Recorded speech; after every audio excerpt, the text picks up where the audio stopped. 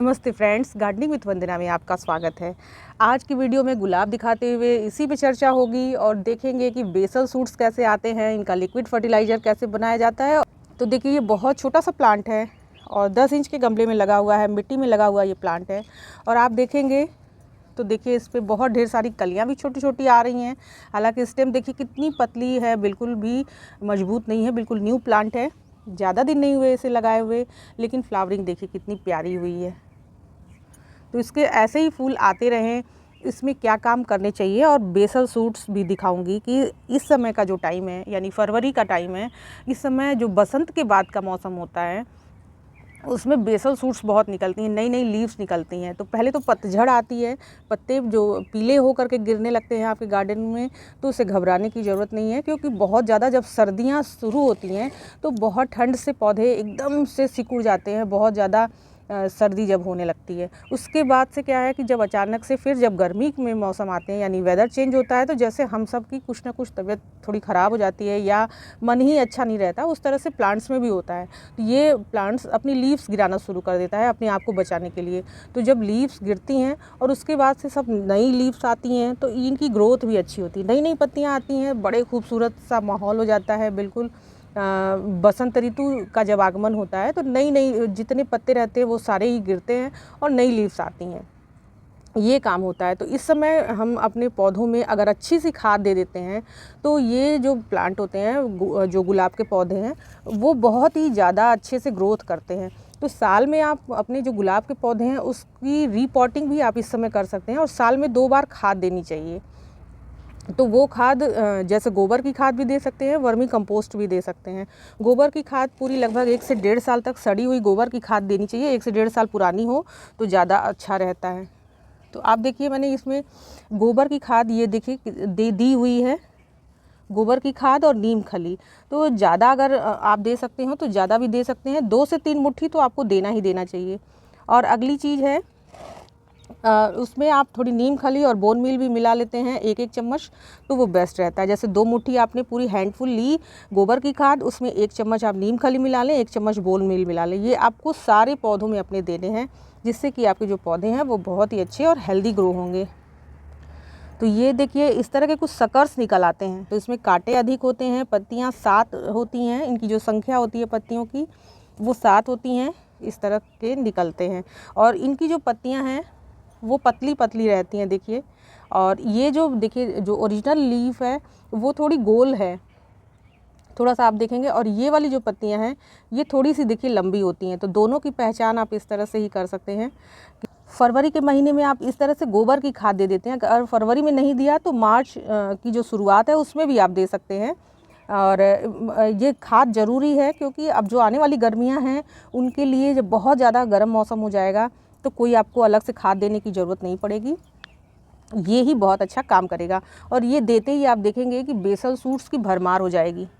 तो अभी तो मैंने आपको सकर्स दिखाया, उन्हें निकालने का तरीका दिखाया, अब मैं आपको बेसल सूट्स कैसे निकलते हैं उसको भी दिखाती हूँ। तो सकर्स कैसे निकले वो देखा आपने, अब बेसल सूट्स देखिए कैसे निकलती हैं।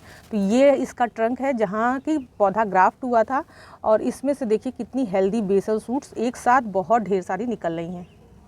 और इनमें आप देखेंगे टिप पे कलियाँ भी आपको नज़र आएंगी। तो ये हुआ बेसल सूट्स। ये किसी एक प्लांट में नहीं हो रहा है, आप देखेंगे तो ये देखिए सभी प्लांट्स में लगभग बेसल सूट्स निकलती हैं। तो ये है अच्छी सी खाद देने का कमाल।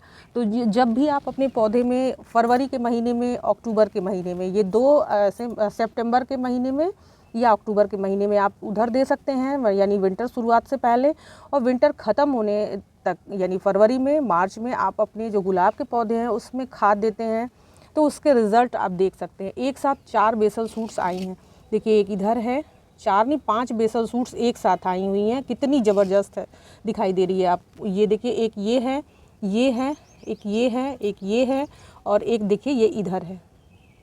तो इस तरह से बेसल सूट्स आती हैं।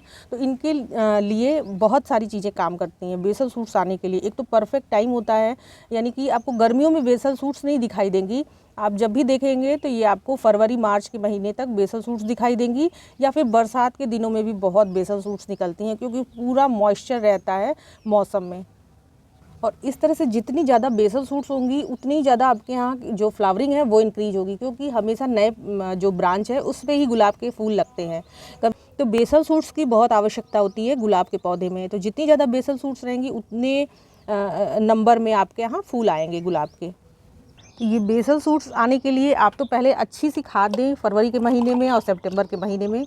उसके बाद लिक्विड फर्टिलाइज़र का बहुत बड़ा रोल होता है।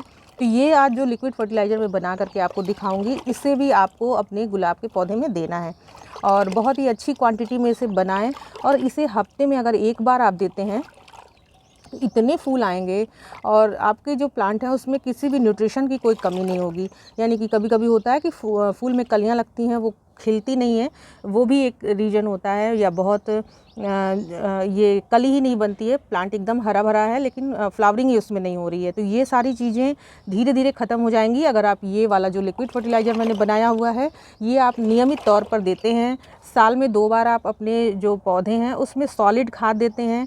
और उसके अलावा एक सुपर मिक्स, एक छोटा सा फर्टिलाइज़र बनाती हूँ जिसको कि आप अपने यहाँ की जो मिट्टी है उसमें गुड़ाई करें और उसको दे दिया करें। उसे कैसे बनाना है इस पे मैंने कई वीडियो दी हुई है, पूरी डिटेल में आपको वीडियो मिल जाएगी कि उसे कैसे बनाना है। तो उसे भी आप हफ्ते में या 10 दिन में एक बार अगर देते हैं तो वो दीजिए और ये लिक्विड खाद दीजिए। इतने में ही आप देखेंगे कि आपके जो बहुत ये पूरी तरह से ऑर्गेनिक भी है और बहुत ढेर सारे फूल देने वाला ये बूस्टर फर्टिलाइज़र होगा। तो इसे बनाना कैसे है देखते हैं। ये देखिए, ये है गोबर की खाद, ये लगभग 1 kg के करीब में है। और गोबर की खाद बहुत ही अच्छी होती है, नाइट्रोजन से भरपूर होती है। नाइट्रोजन गुलाब के पौधे के लिए बहुत ज़्यादा इम्पॉर्टेंट होता है, इसलिए कि नाइट्रोजन नहीं रहेगा तो पत्तियां ही नहीं बनेंगी। पत्तियां बनने के लिए नाइट्रोजन की आवश्यकता होती है। और आपने बहुत बार देखा होगा कि गुलाब के बिल्कुल कभी कभी सभी पत्ते गिर जाते हैं, न्यू लीव्स आती ही नहीं है। बहुत ज़्यादा दिक्कत ये ज़्यादातर प्लांट में होती है। तो उसमें 2 कारण हो सकते हैं, एक तो नाइट्रोजन की कमी हो गई और कई बार हम मिट्टी अच्छी नहीं बना पाते हैं गुलाब के लिए। उसमें पानी बिल्कुल जब देंगे तो ठहरा बिल्कुल गीला गीला सा मिट्टी रहता है। तो ये भी दिक्कत एक होती है जिससे कि हमारे जो प्लांट्स हैं उसमें फोलिएज की कमी हो जाती है। तो फोलिएज की कमी को दूर करने के लिए ये जो लिक्विड फर्टिलाइज़र मैं बनाऊंगी ये आपका फोलिएज भी दूर करेगा, फ्लावरिंग भी इंक्रीज करेगा और जितने तरह के माइक्रो न्यूट्रिएंट्स की कमी होती है वो सारी चीज़ें देगा। तो ये 1 kg के करीब में गोबर खाद लिया हुआ है, लगभग 250 ग्राम के करीब में ये मैंने सरसों की खली ली हुई है। सरसों की खली येलो कलर की आपको दिखाई दे रही है, कभी कभी ये काले रंग की भी होती है, तो उसमें ज़्यादा अंतर नहीं है क्योंकि ये पीली सरसों की खली है और वो जो काली आपको दिखाई देगी वो काले सरसों की खली होती है। तेल निकालने के बाद जो वेस्ट बचता है उसी को ही सरसों खली कहते हैं। तो ये कॉन्सेप्ट है इसको देने का। तो इसे मैं भिगाऊंगी और कम से कम 2 से 3 दिन 4 दिन आप इसे भीगने दें खूब अच्छे से। चाहे तो आप थोड़ा सा इसमें गुड़ भी डाल सकते हैं, बहुत थोड़ी मात्रा में, लगभग 20 ग्राम के करीब, ज़्यादा से ज़्यादा आप डाल दें। तो इसे मैं एक बाल्टी में, जैसे कि ये मैंने भिगाया हुआ है ये देखिए, उसी तरह से मैं अब ये जो भिगाया हुआ है ये तो मैं आज दे दूँगी, मेरे यहाँ ख़त्म हो जाएगा। तो इसे मैं भिगा के फिर रख देती हूँ, लगभग 4 से 5 दिन भीगा रहेगा और उसके बाद मैं अपने प्लांट्स में दूँगी।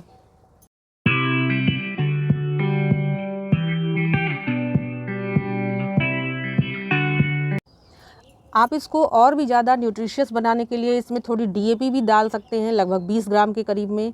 इसके अलावा आप जब देने लगिए तो इसमें आप ह्यूमिक एसिड भी मिला सकते हैं। आप कोई भी माइक्रो न्यूट्रिएंट चाहें तो वो भी मिला सकते हैं अगर लिक्विड में है तो। इसे देने का तरीका मैं दिखाऊं तो इस तरह से देखिए, एक मैंने कोई भी प्लास्टिक की बकेट ले लें और उसके ऊपर कोई भी जाली रख लें या कुछ भी ऐसा रख लें जिससे कि इसमें जो गोबर के टुकड़े हैं वो बहुत ज़्यादा नहीं जाएँ। तो इसे देखिए मैंने ऐसे छान लिया है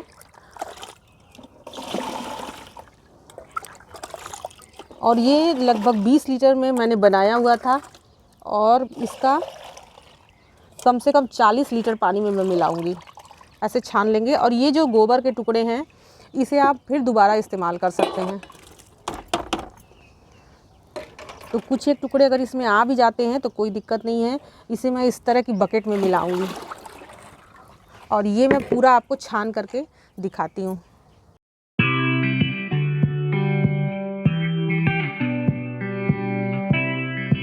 और किस महीने में नहीं देना है इसको भी मैं बताती हूँ। कि अभी आप अप्रैल तक पूरा दीजिए और मई जून का महीना छोड़ दीजिए। मई जून के महीने में आपको देने की आवश्यकता नहीं है और बारिश के मौसम में भी बहुत ज़्यादा इसको देने की आवश्यकता नहीं है। बारिश में जब जैसे लगातार बारिश होती है तो ये थोड़ा फंगस क्रिएट कर सकता है और उस समय भी आप इसे रोक दें। और विंटर का जब बहुत ज़्यादा फॉग पड़ती है, बहुत ज़्यादा शीतलहर पड़ती है, उस समय छोड़ करके आप पूरे साल आप इसको दे सकते हैं। और फिर आप देखिए कि आपके जो गुलाब के पौधे हैं वो कितनी ग्रोथ उसमें होने वाली है। तो मैं इसी प्लांट्स में दे करके आपको दिखाती हूँ और इसे एक पानी जैसे हम देते हैं अपने प्लांट में, उसी तरह से आपको देना है। अच्छे से 200 से 250 ग्राम पानी आपको ये वाला दे देना है और बहुत ज़्यादा नीचे ड्रेन आउट नहीं होना चाहिए, ये कोशिश करें।